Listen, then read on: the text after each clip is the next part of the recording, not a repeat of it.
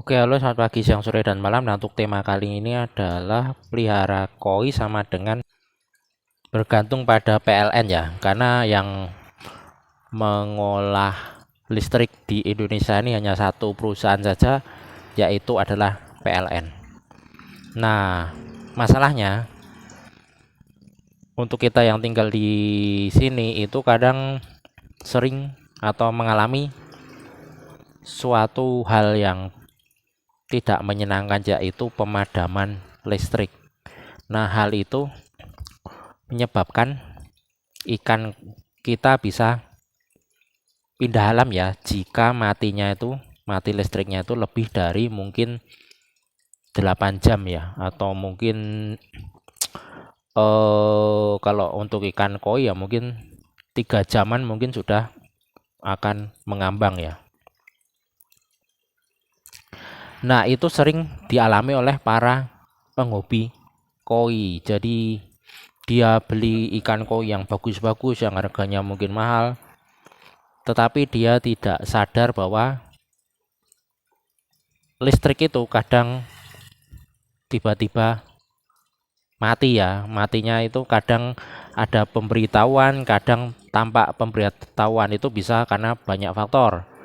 Misalnya tiang listriknya roboh, misalnya ditabrak sesuatu kemudian roboh, kemudian misalnya terjadi banjir, nah akhirnya listriknya harus padam.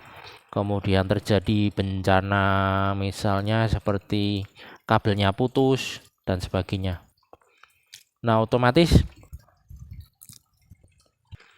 sebagai pelaku atau misalnya penghobi ikan koi, kita harus sadar itu. Harus menyiapkan cadangan, listrik cadangan untuk apa ya? Untuk ya ikan ini agar dia punya nyawa cadangan juga.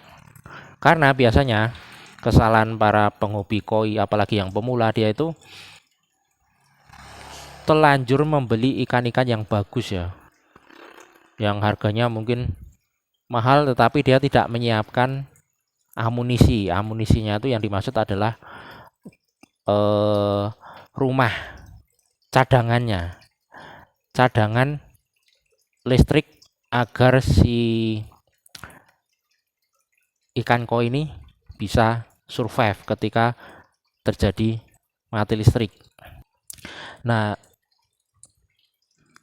ikan koi sendiri ini mempunyai banyak penghobinya ya. Kalau tidak salah itu salah satu termaksud 7 ikan yang atau 7 jenis ikan yang banyak penghobinya. Kalau nggak salah ya itu salah satunya adalah ikan koi. Ada ikan mas koki, ikan cupang, ikan lohan, ikan koi. Mungkin sekarang tambah 8. Karena surupei itu sebelum ikan cana ya, ikan cana muncul. Nah, mungkin sekarang tambah 8. Yang terakhir nomor 8 itu mungkin ikan cana. Jadi ikan koi ini mempunyai komunitasnya sendiri dan dia ini mempunyai keunikan. Jadi tiap ikan ini mempunyai corak. Coraknya itu unik dan berbeda-beda ya. Itulah yang menyimpulkan atau yang menjadi daya tariknya, karena tiap corak ini itu menunjukkan bahwa ikan itu mempunyai karakternya masing-masing. Jadi kita bisa tahu, oh ini ikan yang misalnya namanya si A, oh ini ikan yang namanya si B, ini coraknya seperti ini. Beda dengan ikan misalnya seperti ikan yang aquascape ya, itu yang bentuknya sama. Jadi kita bingung, ini siapa itu. Contohnya seperti ini ya.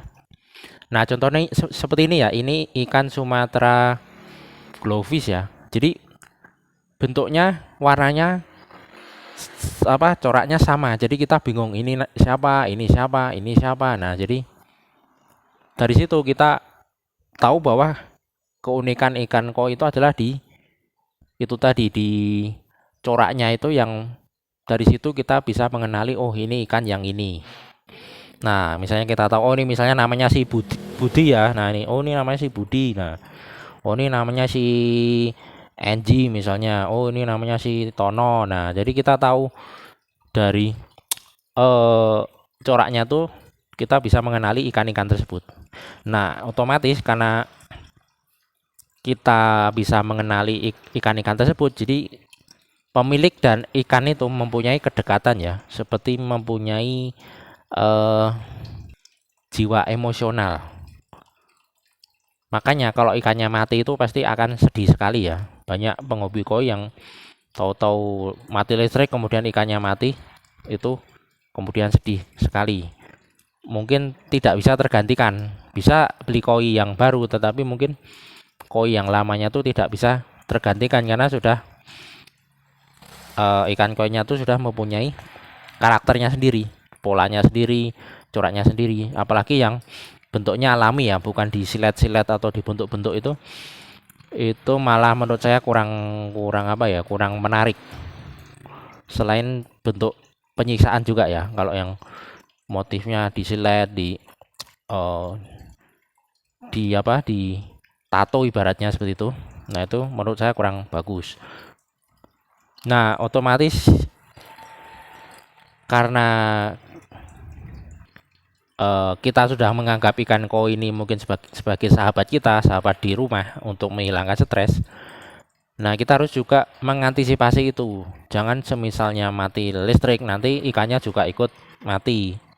Nah, solusinya adalah dengan membeli alat pendukungnya. Misalnya beli genset ya. Genset misalnya kalau listrik mati. Nah, kita bisa pakai genset itu untuk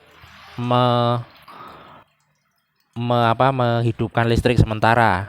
Kalau misalnya tidak punya anggarannya tidak punya anggaran untuk membeli genset, bisa kita beli aerator baterai ya. Aerator baterai itu ada dua macam. Yang pertama adalah yang model cas, yang nanti kalau listriknya mati dia langsung nyala ya. Yang kedua adalah aerator baterai, pakai baterai besar itu. Nah, itu kelemahannya kalau yang aerator baterai itu ketika listriknya mati, nah kita tidak tahu kapan listriknya mati ya. Jadi harus siap sedia baterainya tersebut dan tidak bisa dicas. Nah, kalau yang dicas itu enaknya itu kita bisa langsung siap sedia. Jadi tidak perlu beli baterai, tidak perlu ini itu. Cuma kelemahannya kan kalau namanya cas kan baterai kan ada umurnya ya. Jadi biasanya nanti untuk awal-awal biasanya kalau aerator baterai itu bisa 8 jam. Tapi setelah 2, 3 tahun atau 4 tahun atau 5 tahun nanti akan menurun kemampuannya. Jadi menjadi 3 jam aja aeratornya hidup. Setelah itu nanti dia tidak bisa hidup lagi. Atau bisa juga beli panel surya ya. Panel surya itu kayaknya dijual juga di online. Saya pernah lihat panel surya aerator yang menggunakan tenaga matahari, tetapi saya belum pernah menyobanya. Nah, kemudian karena saya jualan ya, jadi strategi yang saya lakukan itu biasanya saya hanya menyiapkan kantong plastik. Nah, kantong plastik besar seperti ini ya. Jadi kalau misalnya terjadi mati lampu, nanti biasanya ikannya saya masukkan saja ke dalam ini. Misalnya ini kan kantong plastiknya agak besar, jadi bisa untuk 5 ekor ya. Biar tahan lama, jadi saya masukkan 5 ekor. Jadi misalnya di sini ada 20 ekor, jadi saya butuh 4 kantong. Kemudian setelah itu yang saya butuhkan adalah, nah ini oksigen ini, jadi nanti tinggal ikannya masuk sini kemudian diisi oksigen. Nah, ini bisa tahan mungkin bisa 6 jaman ya. Jadi tiap 6 jam nanti saya buang gasnya, karena itu sudah jadi CO2 ya. Karena gas pembuangan ikan koi kan menghasilkan CO2. Nah, itu dibuang, dipencet ininya biar keluar semua. Nanti habis itu baru dimasukkan gas baru lagi.